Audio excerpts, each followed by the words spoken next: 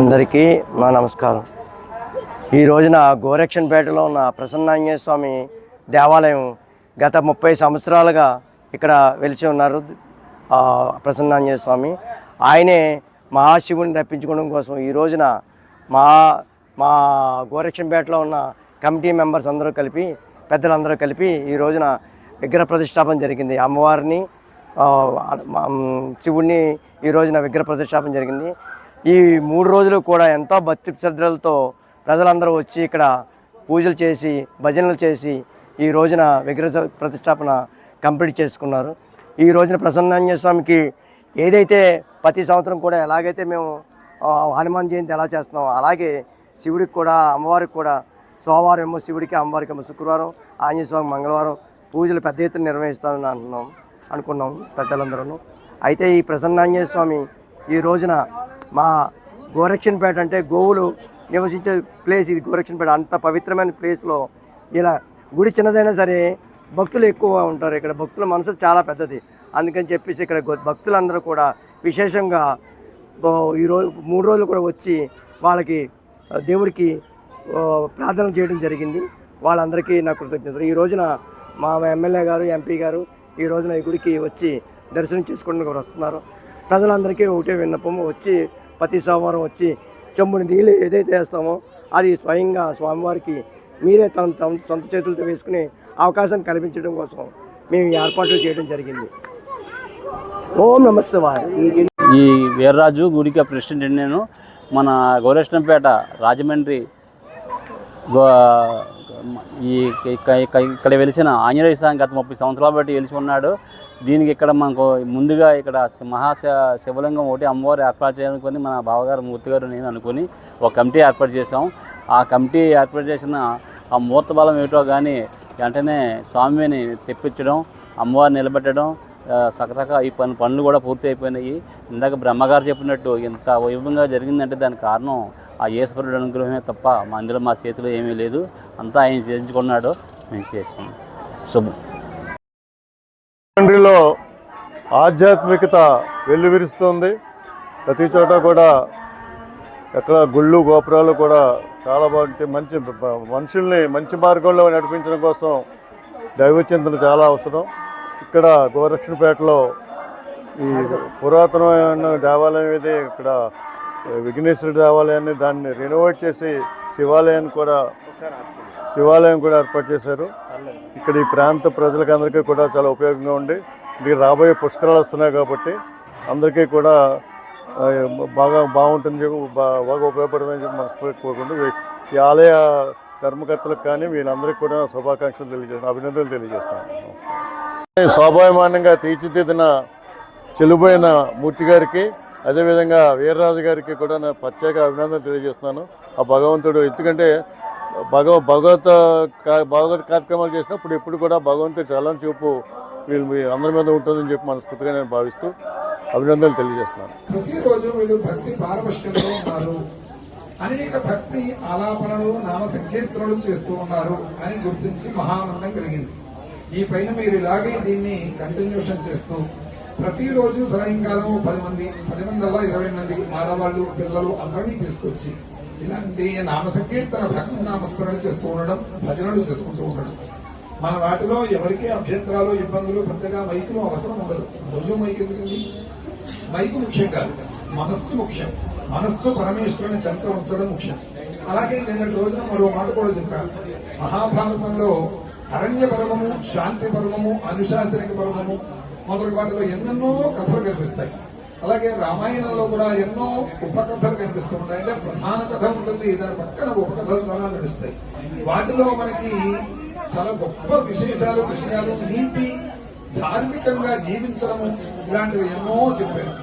ఇలాంటివి మనం ఇవాళ గీతా ప్రస్వాల పుస్తకాలు తక్కువ వాల్యూమ్స్, అంటే తక్కువ ధరకి 600-500 రూపాయలతో మొత్తం రామాయణం వచ్చేస్తోంది. అన్ని పుస్తకాలు వస్తుంది.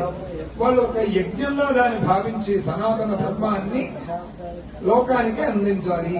ఇది అందుకున్న వాళ్ళందరూ కూడా సుఖంగా ఉంటారు, ధార్మిక చింతన, ధర్మ బుద్ధి వదిలిపెడతారు అనే ప్రణాళికతో వాళ్ళ పనిచేసే రకంగా మనం దాన్ని కొని దాంట్లో కథలుగా ఉన్నవన్నీ కూడా మనం అందరూ చదువుకోవడం, ఎవరో ఒకరు బాగా చెప్పగలిగిన వాళ్ళు ఉంటే దాన్ని చూసుకోవడం ప్రేయోదాయకంగా ఉంటుంది.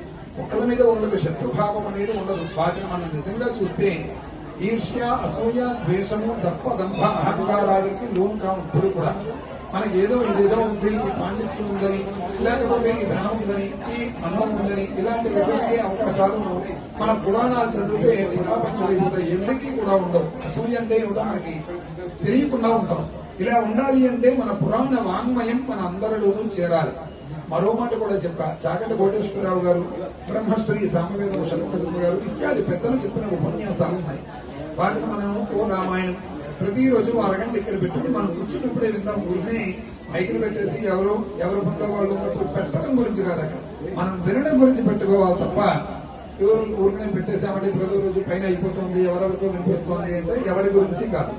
మనం బాగుండాలి. మన ద్వారా ఇవాళ నలుగురు కూర్చుంటాం, రేపు 10 మంది అవుతారు, తర్వాత 100 మంది అవుతారు. సమాజ వృద్ధి దీని ద్వారా అవ్వాలి. దంపతులకు సంకల్పం కలగడం, దానికి నిరంతరం ఎంతో పరిశ్రమ చేసి వీర్రాజు గారు ఇంకా అనేక మంది కూడా సహాయానికి వారితో ఉండడం, ఎంతో పరిశ్రమ చేస్తే గాని ఇంత అందంగా వైభవంగా రాదు. చూడడానికి చాలా చిన్న మందిరం. ఈ మందిరంలో అందరూ ఎవరిదైనా వాళ్ళు చేసుకునేటట్లుగా ఆ సౌకర్యంతో ఆ మూర్తులను ఏర్పాటు చేసుకున్నారు. అయినా మందిరం చిన్నదే కావచ్చు, ఈ స్తంభాలు చూస్తే ఎలా ఉన్నాయి అంటే కాశీలో విశ్వనాథుడి సమక్షంలో ఆ స్తంభాలు అలాగే ఉండేవి. పూర్వం సుమారుగా 97వ సమయాల్లో విశ్వేశ్వర మందిరంలోకి, ఆలయంలో అస్తమాటు వెళ్ళిపోవడం, అక్కడే కూర్చోవడం, అలాంటి స్తంభాల పక్కనే కూర్చున్నాం. ఇప్పుడు అది అలాంటి చూస్తుంటే ఆ శిల్పఖండాలు విశ్వనాథుని గుర్తు చేస్తున్నాయి అంటే ఇది ఎంత చిన్నది కాదు, ఎంత అపురూపంగా ఉంది అన్నదే చాలా ముఖ్యం. అట్లాగే మహేశ్వర స్వామి ఆలయం కూడా, మందిరాన్ని కూడా చాలా రమ్యముగా అందంగా ఏర్పాటు చేస్తున్నారు. సరే, ఇలాంటి దానికి పార్వతీ పరమేశ్వరుని అందరూ సేవించుకోవచ్చు. మనందరము పిల్లలమే, మనందరమే కాదు సమస్తమైన ప్రాణికోటి అంతా కూడా పార్వతీ పరమేశ్వరుడు యొక్క సంతానమే.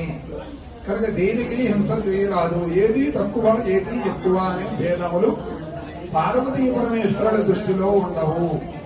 కనుక మనందరం స్వయంగా చక్కగా ఇలాంటి మహాకార్యాలను ప్రతిరోజు చేయడం. ప్రస్తుతం లోకంలో, సమాజంలో ఇవి చాలా అవసరాలు మనకున్నాయి. మనందరం ఓ చోట ఉండడం, ఓ భజన చేసుకోవడం. సోమవారం వచ్చింది అంటే ఓ గ్లాసులు పవిత్రమైన పాలు తీసుకొచ్చి పోయడం.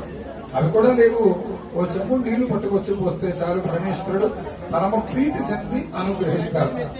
అలాగే శుక్రవారం ఇది ఇలాంటి మంచి రోజులు ఉన్నాయంటే అమ్మవారి దగ్గరికి రావడం, మన ఇంట్లో ఉన్న 4 పువ్వులను దండగా చేసుకోవడం, పరమేశ్వరుడి దగ్గర వేయడం.